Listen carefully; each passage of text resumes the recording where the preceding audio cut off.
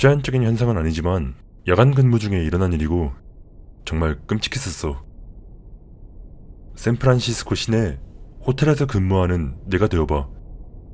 호텔은 대형 백화점과 슬럼가의 경계에 있었어. 야간 근무조는 나, 프런트 데스크 직원 1명, 객실 청소원 1명, 그리고 경비원 1명. 경비원들은 전과자들에게 일자리를 제공하는 소위 두 번째 기회 회사에서 파견되었어. 말할 것도 없이 대부분은 교육 수준이 낮았었지. 배송은 새벽 2시에 중단되고 새벽 4시 30분에 다시 시작돼. 배송은 거리 엘리베이터를 이용해 이루어졌어. 첨부한 사진처럼. 배송이 중단되면 경비원은 엘리베이터를 지상으로 올린 다음 잠궈야 했어. 약쟁이들이 지하실에 숨어 들어가서 약쟁이 관련 행동을 하는 걸 막기 위해서였지. 배송 중단 시간이 되어서 난 새로 와서 1일차였던 경비원에게 무전으로 엘리베이터를 닫으라고 해. 경비원이 무전으로 잡담을 해. 배경에서 엘리베이터가 움직이는 소리가 들리고 경비원이 다른 말을 하기 시작하는데 깡. 무전 침묵. 참고로 엘리베이터 통로를 막는 트랩도어엔 새로 된 빗장이 걸려 있었어. 난 무슨 소리인지 확인하려고 오퉁이를 돌아가. 경비원이 바닥에 쓰러져 있고 구부러진 쇠빗장이 그의 머리에 잔해 옆에 놓여 있어. 경비원은 엘리베이터를 올리기 전에 그 20kg짜리 막대를 제거하는 것을 잊어버렸고 그로 인해 장류 때문에 튕겨나간 그 막대가 그 사람의 두개골을 함몰시켰던 거야. 911에 신고하고 맥박을 확인했지만 잡히지 않았어. 즉사였지. 그리고 모든 것이 수습되고 난 후 나는 하수구에서 그의 치아 중 하나를 발견했었어.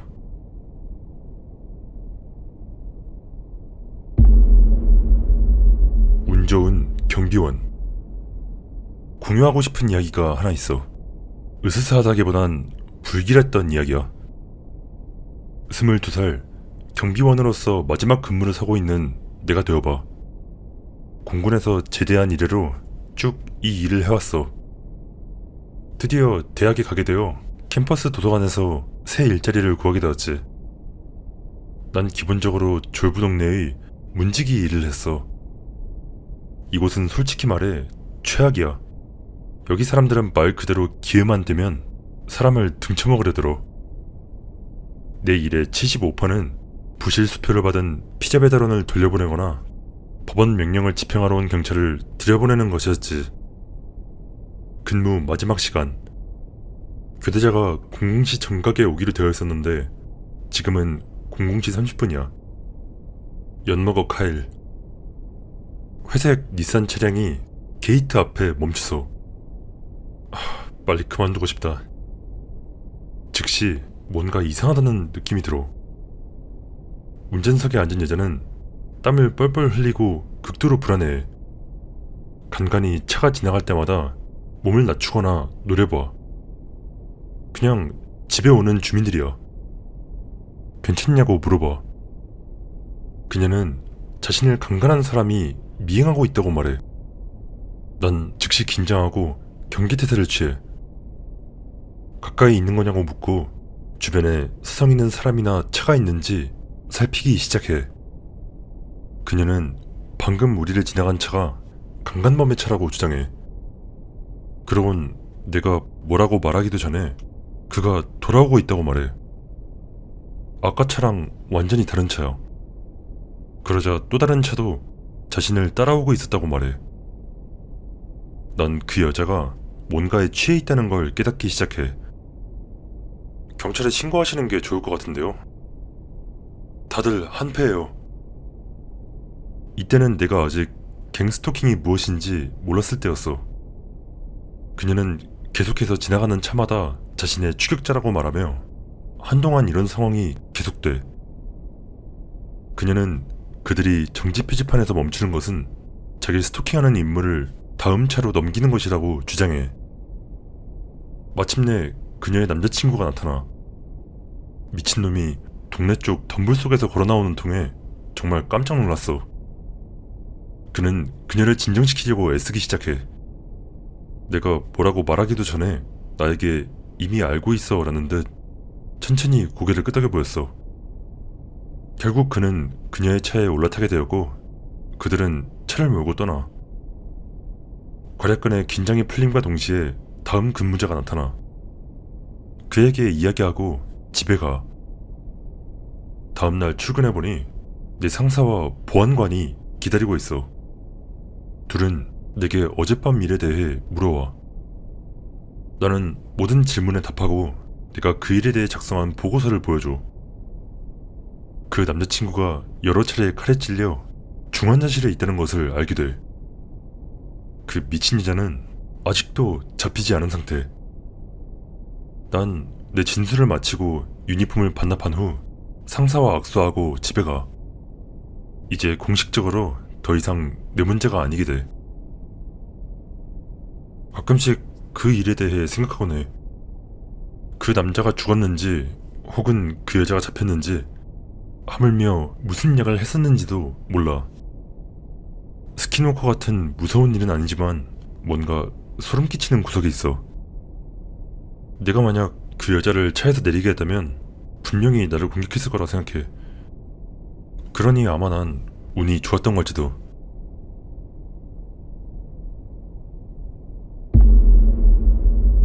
(6.2) 80년대 내가 9살이나 10살쯤 되었을 때 일어난 일이야. 할아버지 할머니와 함께 캠핑 여행을 간 나. 할아버지는 낚시와 개구리 잡기를 좋아했었어. 세크라멘토강 삼각주에 카페이, 나이츠 랜딩, 그리고 던니건에 있는 관계수로로 개구리를 잡으러 가. 밤이 너무 어두워서 오래된 30루멘짜리 손전등의 불빛 말곤 아무것도 안 보여. 우리가 작은 낚싯배에서 개구리를 잡을 때 할머니는 캠프에 남아서 큰 메기를 잡았어. 아마 한 새벽 1시 반에서 2시 사이 정도에 트럭 캠핑카에서 잠자리에 들어. 매우 피곤해서 금방 잠이 들었어. 잠시 후 새벽 3시쯤에 깨어나. 정막을 뚫고 아주 멀리서 차가 다가오는 소리가 들려. 차는 제 방 근처로 다가와. 더 잘 듣기 위해 숨을 참아. 차문이 열리고 도어 차임 소리가 들려.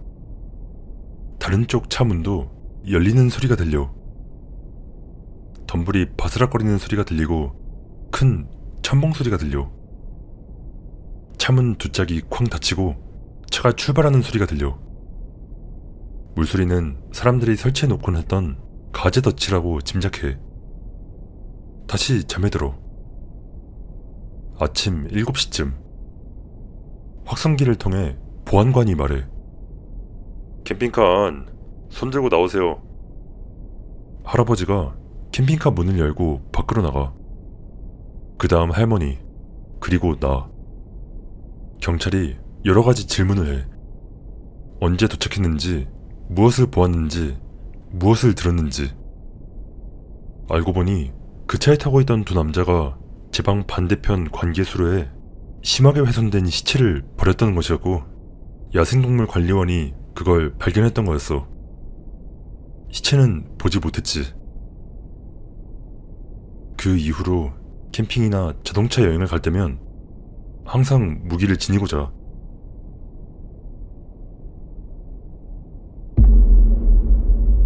평등의 소리. 내가 가장 좋아하는 이야기는 우리 환자 중 한 분인 사회적 지위가 좀 있었던 나이 지긋한 흑인 여성분에게서 들은 거야. 그녀는 현재 70대이며 하버드를 졸업했고 컴퓨터 운영자로 일하다가 나중에는 프로그래머로 일하셨었지. 워싱턴 DC는 구역이라고 불리는 여러 하위 구역으로 나뉘어 있어. 1번과 2번 구역은 일반적으로 백인 부유층이고 나머지 구역은 대부분 흑인이나 이민자 중산층 또는 빈곤층이었지. 조지타운 대학교가 위치해 있는 조지타운으로 더 잘 알려진 2번 구역은 도시의 옛 부두 근처에 있는데 워싱턴 DC의 다른 지역과 마찬가지로 주의 문제가 심각했었지. 60년대에 다른 흑인 구역과는 달리 2번 구역에는 시에서 자금을 지원하는 즉 의회에서 직접 자금을 지원받는 쥐 박멸 프로그램이 있었다는 사실이 밝혀졌어. 7번과 8번 구역의 한 지역 흑인 정치인, 사람들이 랜맨이라고 불렀던 그는 자신의 경력을 강화하기 위해 이 점을 이용했었지. 랜맨은 공개 연설과 행사를 열곤 했었어. 그의 선거 공약은 간단했지. 7번 구역을 병들게 하는 모든 쥐를 잡아 자신의 스테이션 외건에 싣고선 2번 구역으로 데려가겠다는 것. 그는 행사에 거대한 쥐들을 우리에 가둔 스테이션 외건을 가지고 나와서는 이 쥐는 내 부패한 상대 후보 어머니의 스타킹에서 나왔습니다. 라든지 이 쥐는 하룻밤에 고양이 3마리와 개 1마리를 잡아먹고 갓난아기로 입가심을 했습니다. 같이 으스대는 일종의 쇼를 벌였어. 중국의 그는 차의 외부와 앞쪽에 우리를 용접하고 살아있는 쥐와 고무 쥐를 넣은 채 몰고 다녔었지. 그는 때때로 조지타운까지 차를 몰고 가기도 했지만 이는 보통 차는 압류되고 본인은 두들겨 맞는 결과를 초래했어. 왜냐하면 이곳은 워싱턴 DC였고 그는 60년대에 거기 사는 흑인이었기 때문이었지. 하지만 제대로 미친놈이었던 그는 재미로 이런 짓을 했다는 듯해. 그는 어떤 직책에도 선출된 적은 없었지만 그가 일으킨 소란 때문에 이번 구역의 공공유해조수 박멸 사업은 중단되었고, 그래서 이제 워싱턴 DC에는 우리 모두가 평등하게 쥐를 가지게 되었지. 그러니 뒤에서 우리들이 덜그럭대는 소리가 들리는 이상한 낡은 스테이션 외건이 골목길을 지나가더라도 놀라지마. 그건 평등의 소리이니까.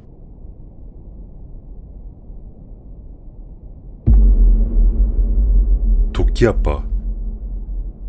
어렸을 때 내가 말썽을 부리면 우리 아빠는 셔츠를 머리 위로 뒤집어 쓰고 팔을 안으로 집어넣은 다음 도끼를 셔츠 머리구멍에 튀어나오도록 들고서 나를 벌주곤 했었어. 그렇게 다리가 달린 도끼로서 다리가 달린 도끼가 할 수 없는 일은 절대 하지 않았었지. 예를 들어 저녁을 만드는 대신 도끼 머리로 수저 서랍을 때려 부수고 나는 배고픈 채로 잠자리에 들어야 되는가, 또는 내가 이불에 오줌을 싸면 도끼 머리로 침대 시트를 찢어 발긴다든가. 뭐 재미가 있어 보인다고 들릴 수도 있겠지만 아빠는 술주정뱅이였고 나에게 트라우마를 주기 위해 그런 짓을 했었어. 엄마는 아빠가 엄마에게도 똑같이 했고 한 번은 도끼 머리로 엄마의 볼기를 내려쳐 심한 흉터를 남긴 적도 있었기 때문에 개입하는 것을 두려워했었지. 아빠는 심지어 술에 취했을 때도 입으로 끔찍한 금속성 소리를 내며 도끼 흉내를 내곤 했었어. 그래서 내가 가장 두려워하는 건 내 도끼 중 하나에 다리가 생겨 나를 공격하는 거야. 아빠는 돌아가셨지만 난 아직도 아빠의 도끼 인격에 대한 악몽을 꿔. 그래서 도끼를 쓰는 게 내가 가장 두려워하는 작업이며, 만약 내 도끼 중 하나라도 잃어버릴 때면 난 혹시라도 지각 능력이 생긴 도끼가 벌떡 일어나 버린 건 아닐까 하는 생각에 비이성적으로 변하곤 해. 익명 6441 맙소사.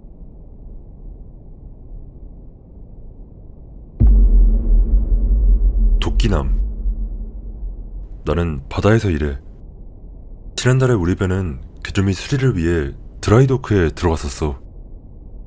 드라이도크는 선박을 간문으로 가져와 수문을 닫고 모든 물을 빼내어 물 없이 선박만 이 받침대 위에 얹어놓고 선체 하부의 수리 및 검사 등을 할 수 있는 곳이야. 우리 옆에는 고철로 해체되고 있는 낡은 군용 호위함이 있었어.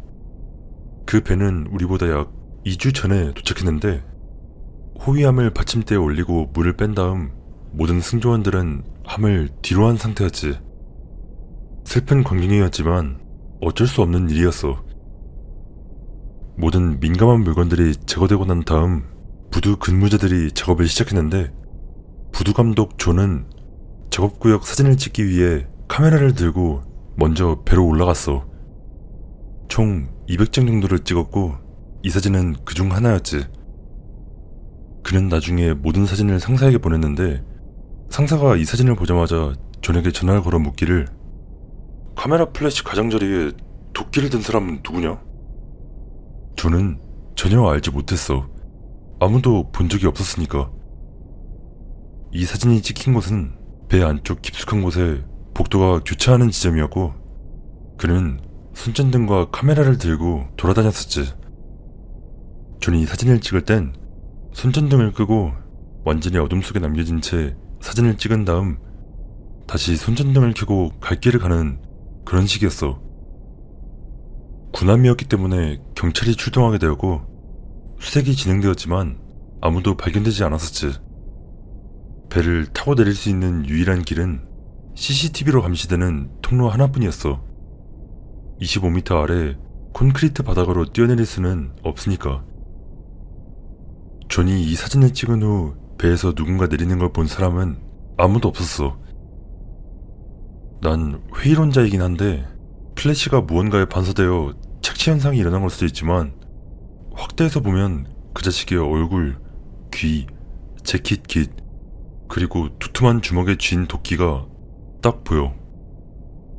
존이 이야기를 부풀린 걸 수도 있지만 그가 이 이야기를 할 땐 진심으로 동요한 듯 보였어. 그리고 사진 속 남자는 우리가 부대에서 만난 다른 근무자들과는 전혀 다르게 생겼고 사진 보정에 능숙한 사람이 있다면 뭐를 더 밝혀낼 수 있을까 궁금하네.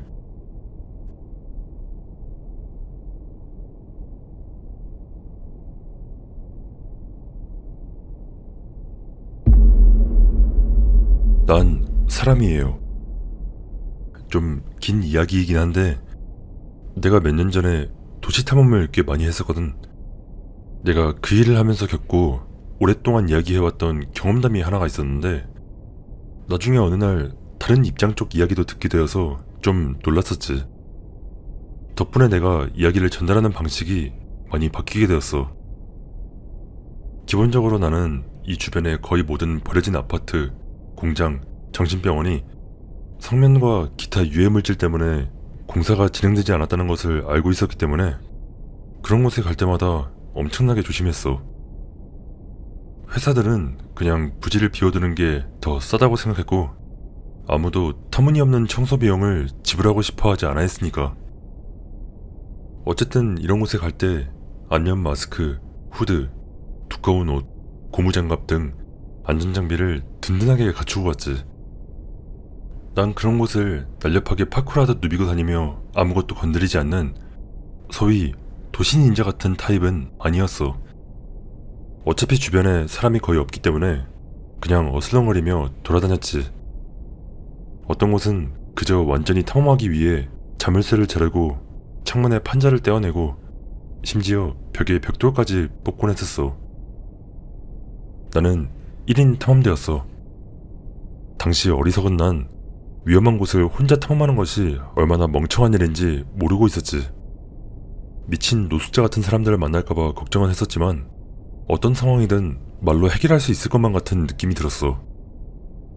오랫동안 함께했던 사람이 아니라면 마스크를 쓴 사람이 무슨 말을 하는지 이해하기란 꽤 어렵기 때문에 난 작은 마이크를 끼고 휴대하는 장비 가방에 스피커를 달아놓았었지. 서론은 여기까지이고 다음은 본론이야. 국도를 따라 오랫동안 공사 중이었던 곳으로 가는 길에 오래된 정신병원이 하나가 있어. 지금은 공사장이 사무지구가 되었고 정신병원은 결국 폐허가 되었지만 몇 년 전까지만 해도 도시 탐험가들에게 가장 인기 있는 장소 중 하나였을 거야. 내가 그곳에 갔을 때 가장 먼저 눈에 띈 것은 로비 벽을 가득 채운 그곳을 거쳐간 모든 사람들의 사명과 방문 날짜였어. 그래피티가 사방에 있었고 조금이라도 값나가는 물건은 모두 박살나거나 도난당했으며 거의 모든 방에는 여기서 당장 꺼져 라는 웃기는 경고문이 라카로 칠해져 있었지. 그냥 별 볼 일 없는 오래된 노숙자들의 은신처였어. 지하실은 값나가는 물건이 하나도 남지 않은 창고들로 만들어진 미로였지만 그곳이 워낙 넓어서 제대로 된 구조를 파악하는데 몇 시간이 걸렸어. 벽에는 휘갈겨 쓴 메시지가 많았는데 어떤 것들은 아마 정말로 미친 노숙자들이 쓴 거겠지만 대부분은 이전에 이곳을 탐험했던 다른 수백 명의 사람들이 쓴 것이었을 거야. 꽤 지루하고 또 실망했던 난 다른 많은 사람들이 했던 것처럼 석고벽에 으스스한 메시지를 새기기 시작했어. 여기가 어디야? 또는 나갈 수가 없어 같은 유치한 내용이었지만 딱 거기 남겨진 다른 낙서들과 비슷한 수준이었지. 짐을 싸서 막 떠나려는데 위층에서 발소리가 들리기 시작했어. 아마 나처럼 곧 실망하게 될 탐험가들일 테니 가서 만나 이야기나 나눠볼까 생각했고, 정말 운 좋게도 마침 내가 그쪽으로 향하고 있을 때 그 사람들이 계단을 내려오는 소리가 들렸어. 안녕하세요 라고 인사를 건넸지만 내가 사용하던 스피커를 통해 고함치는 듯한 소리로 나오는 바람에 깜짝 놀랐어. 그 소리에 그 사람들이 계단을 내려오는 것을 멈췄고 속삭이는 소리가 들려왔어. 아무 대답도 없다가 그 다음 내가 본 것은 계단 모퉁이에서 머리가 불쑥 튀어나와 나를 똑바로 쳐다보곤 비명을 지르는 모습이었지. 그때 난 너무 무서워서 무슨 말을 해야 할지 몰라 생각나는 대로 소리쳤어. 나중에야 깨달았지만 2미터가 넘는 거구에 재킷과 장비를 바리바리 싸들고 있는 얼굴 없는 무언가에게서 낡은 라디오 스피커를 통해 이런 소리가 나온다면 도망갈 수밖에. 나는 인간이야. 나는 인간이야. 도망가지 마. 오랫동안 나는 마치 유령을 만난 것처럼 그 이야기를 사람들에게 하고 다녔지만 지난 여름에 자기 친구의 이야기를 들려준 한 남자를 만나게 되었어. 자기 친구가 정신병원 지하실에서 자신이 인간이라고 말하며 자기를 쫓아왔던 괴물을 발견했다면서 말이야. 그 후 난 그에게 내 이야기를 해주었고 우리는 함께 크게 웃었어. 정말 이상했던 일이었지.